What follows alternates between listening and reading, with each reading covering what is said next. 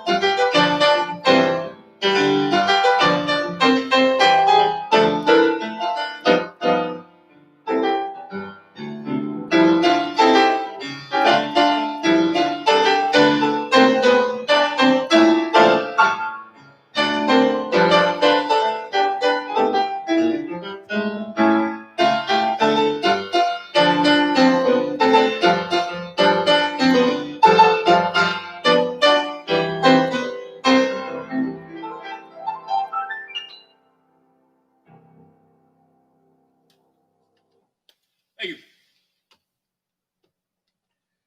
Hi, good morning, everyone. Welcome to our service of the Unitarian Universalist Church of Mendon and Uxbridge.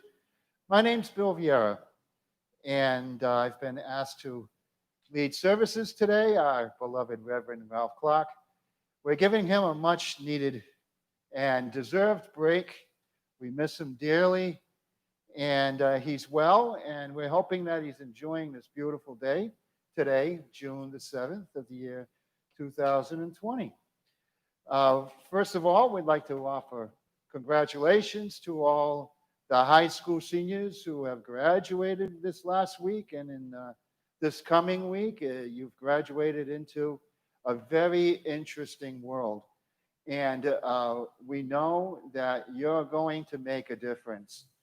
We know that you're going to make the world a better place for us, for yourselves, for your children and grandchildren. And we're very excited to see you come into your own. Matt, awesome job. Thanks for the music. We have a big announcement this week. Our executive board has met via Zoom, and we have decided that we are going to purchase a banner for the front of our church, Black Lives Matter, and it should be arriving either Monday or possibly Tuesday, and we'll let everybody know so we can get a crew together and we can hang it proudly from the front of our church, and we're very excited about it. So thank you all for your commitment to Black Lives Matter.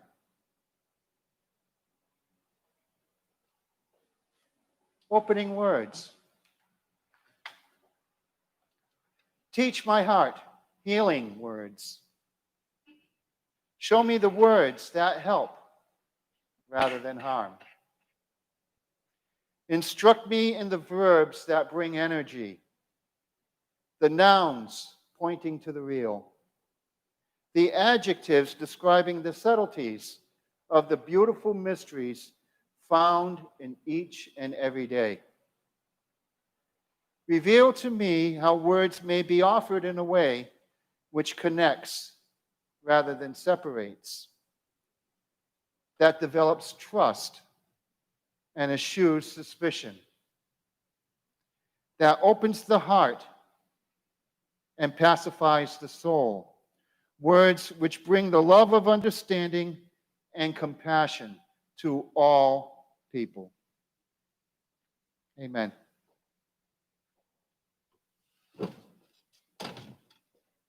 This will be Emily.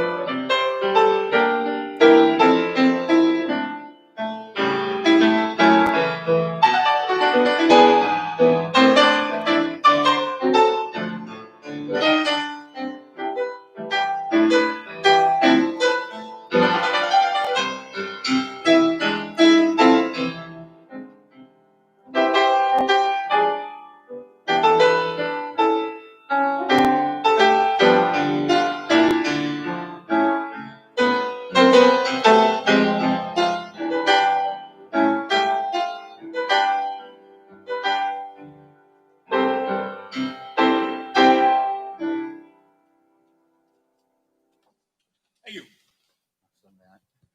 Awesome. Great job. When we gather together as a community, we light our chalice, the shared cup, with a flame, a symbol of the divine, and of knowledge and of truth. May today we speak words of truth.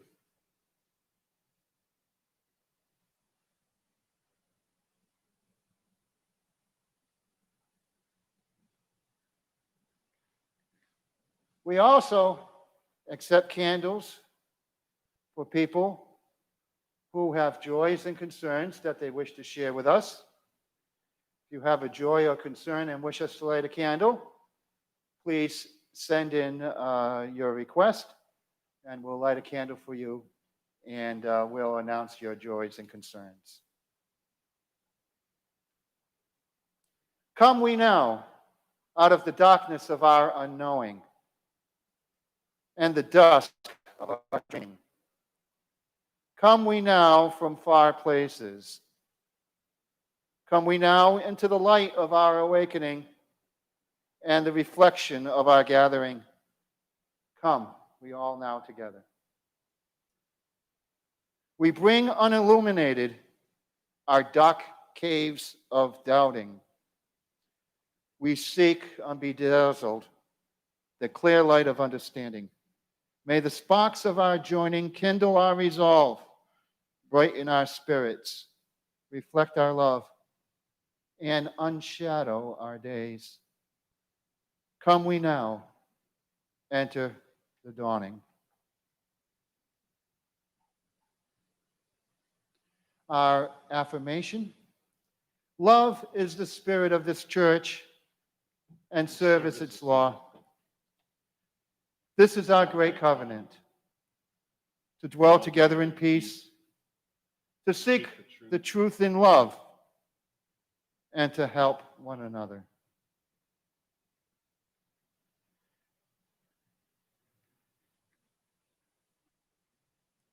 I believe we have some candles of joy and concern. First of all, we'll light a candle for all of those who we think of who cannot be here today, and those that we see less frequently. We keep in mind Rita Paddock, Shirley Phipps, Sonia Porter, Audrey Gillum, Marjorie West, Joyce Gilmore, and Tom and Lois Gagnon.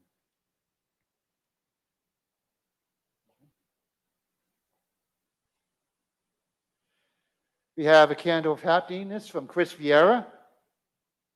She is looking forward to my son's wedding in our backyard in September. Something to look forward to in these difficult times.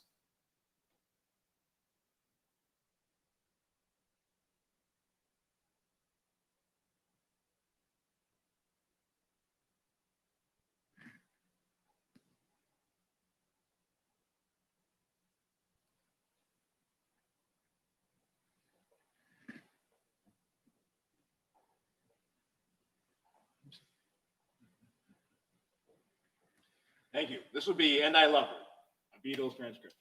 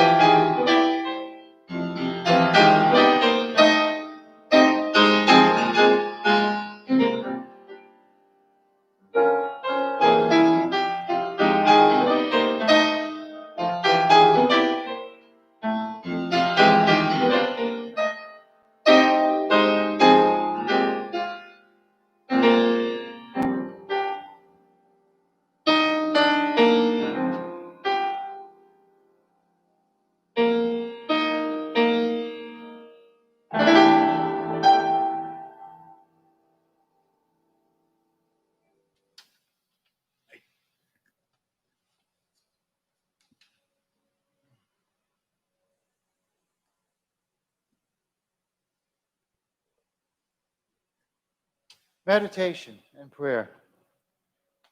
Eternal light, toward whose quickening dawn all generations yearn, we lift our hearts in thanksgiving for all true ministry, for those of every time and place who take upon themselves all suffering along the way, who are quick to search out first glimmerings of the justice and mercy that sleep in human hearts, who would make of their own lives a pathway to the light.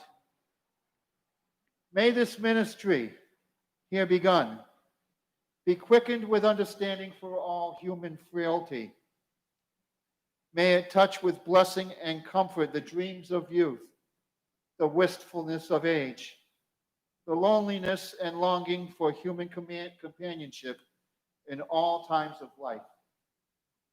May it affirm with courage the uniqueness of every person and celebrate with joy the grandeur of the human spirit. May this ministry, gifted with inner light, always look beyond itself with that divine discontent which will never rest until every child of earth is increasingly free from all prisons of the mind and body and the spirit, until all goodness, justice, and mercy cover the earth as the waters cover the sea. In the name of all earth's children, we seek it. Amen.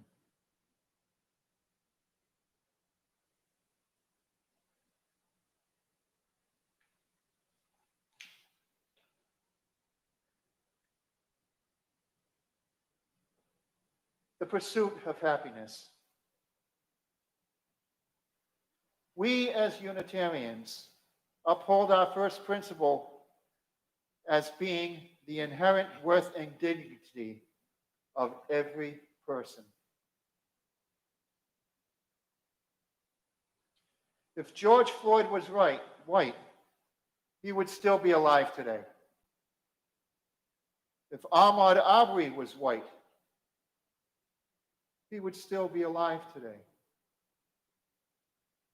If Trayvon Martin was white, he would still be alive today. They are not alive today because they were murdered. They were murdered because they were black. And in the United States, black lives do not matter.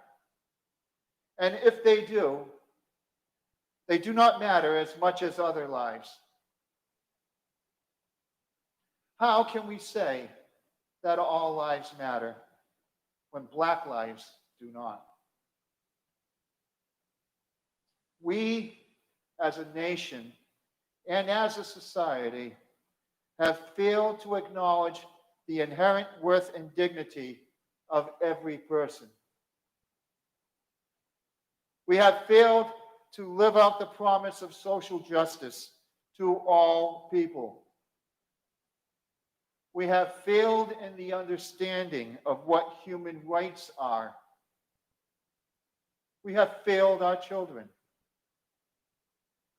their children, and we have failed each other. But most of all, we have failed ourselves. We have created a social contract based on the premise that we hold these truths to be self-evident, that all men are created equal, that they are endowed by their Creator with certain unalienable rights, that amongst these are life, liberty, and the pursuit of happiness. We have long struggled with these words and their meanings. What do we mean when we say all men? What do we mean when we say the pursuit of happiness? We, as a nation and a society, have never acknowledged the inherent worth and dignity of every person, regardless of their color, regardless of their ethnic, regardless of their religion, regardless of their gender, regardless of their sexual orientation. We have never acknowledged the principle of human rights for all people. We have never guaranteed the promise of social justice to every person. How has this come to be? How have we come to be so cruel and morally bankrupt a nation where we uphold a person's worth and dignity by the color of their skin? How have we come to be a nation where we believe that all men are created equal, but some are more equal than others? How have we come to be a nation where we say that all lives matter? White lives, blue lives, purple lives, and polka-dotted lives, except for black lives. We have long prioritized our pursuit of happiness as being one of our primary rights.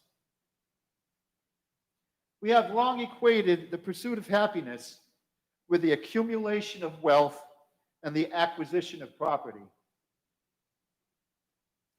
We have long denied the vote to classes of people upon the fear that our property would be taken away. We have long oppressed black lives socially, politically, and economically in order to maintain our individual pursuits of happiness.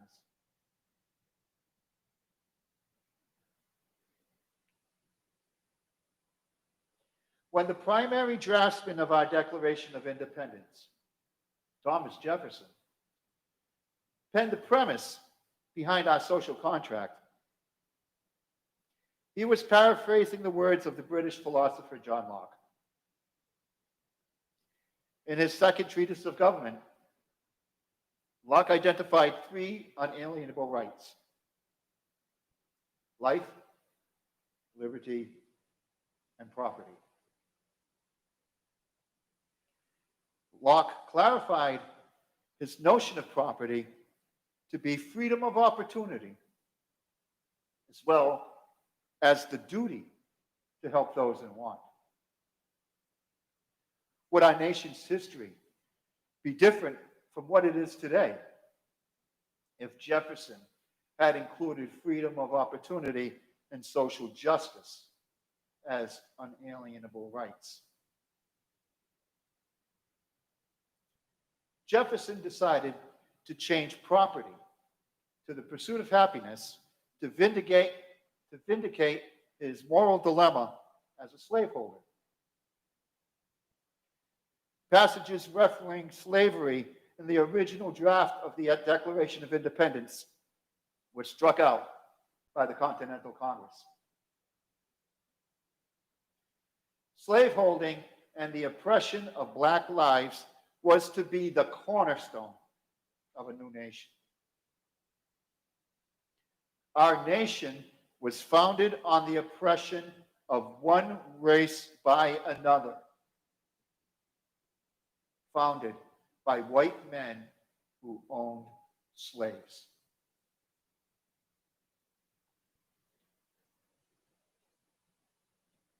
This has been the trademark of our culture and our society from the beginning of our history to our present day.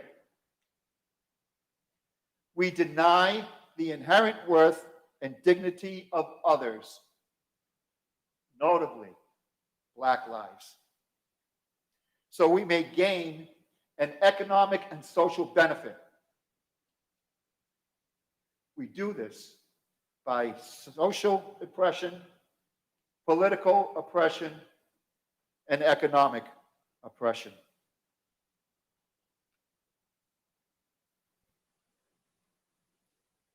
There is little room for freedom of opportunity in a nation built on slavery. There is little room for justice in a nation founded upon oppression.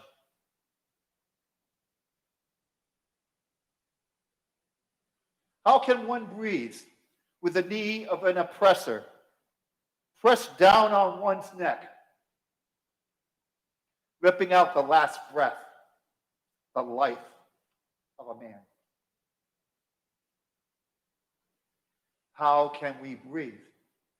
How can justice breathe in a land where one person may take it upon themselves to be judge, jury, and executioner, and this is acknowledged and acceptable? How can we stand by idly with our hands in our pockets, watching it all happen and do nothing to stop it? Our silence and unwillingness to intercede make us all complicit in this act of oppression and murder, born of racism and established by a social contract which permits this.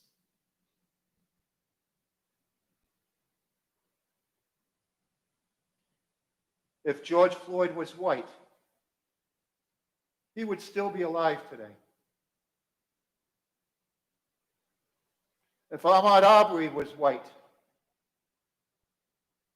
he would still be alive today.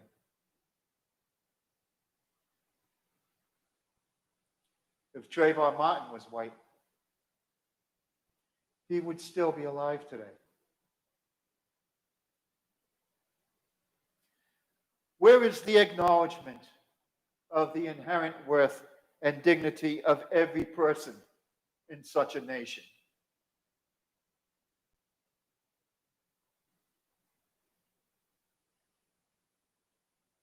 Everything will remain the same if nothing changes. Nothing will change until we make the change. Until we, as a people, demand that change.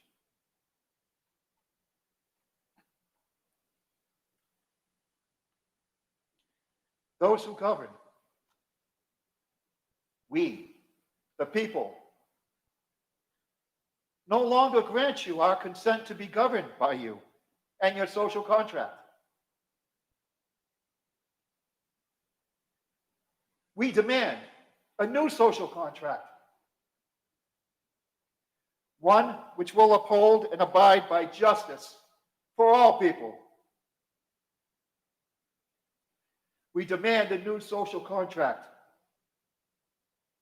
based on the inherent worth and dignity of every person.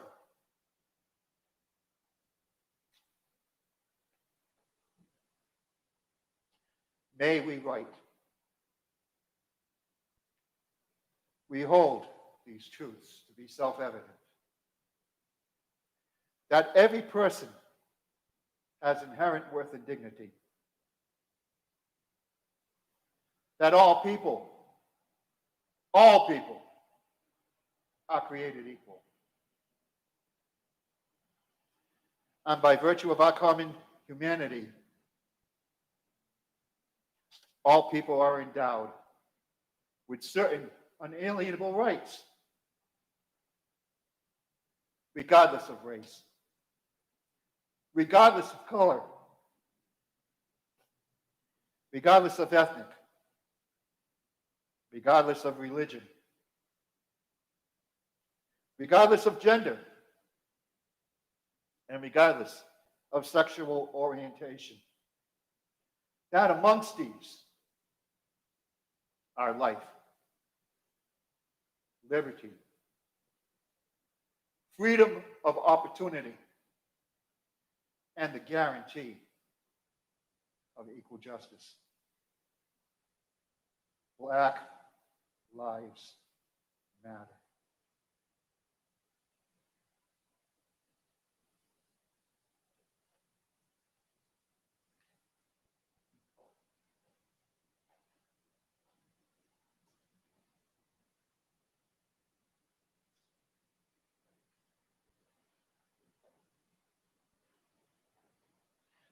We have some other requests to light candles for joys and concerns. From Peter Coffin, a candle of joy for the first strawberries, a candle of hope for the recent rain, but we need more. Candle of concern, without stores, how do I sell them?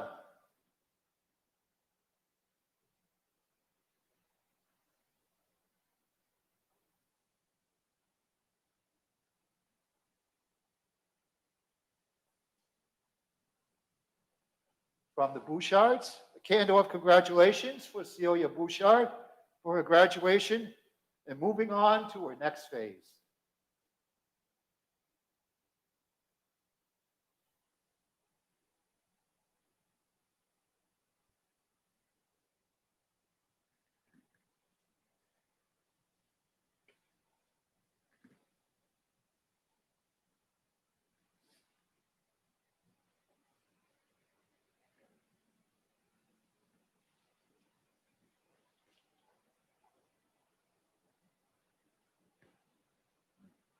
Thank you so much for joining with us today. We hope you have a week filled with happiness, health, and joy. Go in peace. embraced by the light and warmth of our gathering. Go in love, ready again to struggle on. Go in beauty, shining forth like a lamp for freedom. Amen.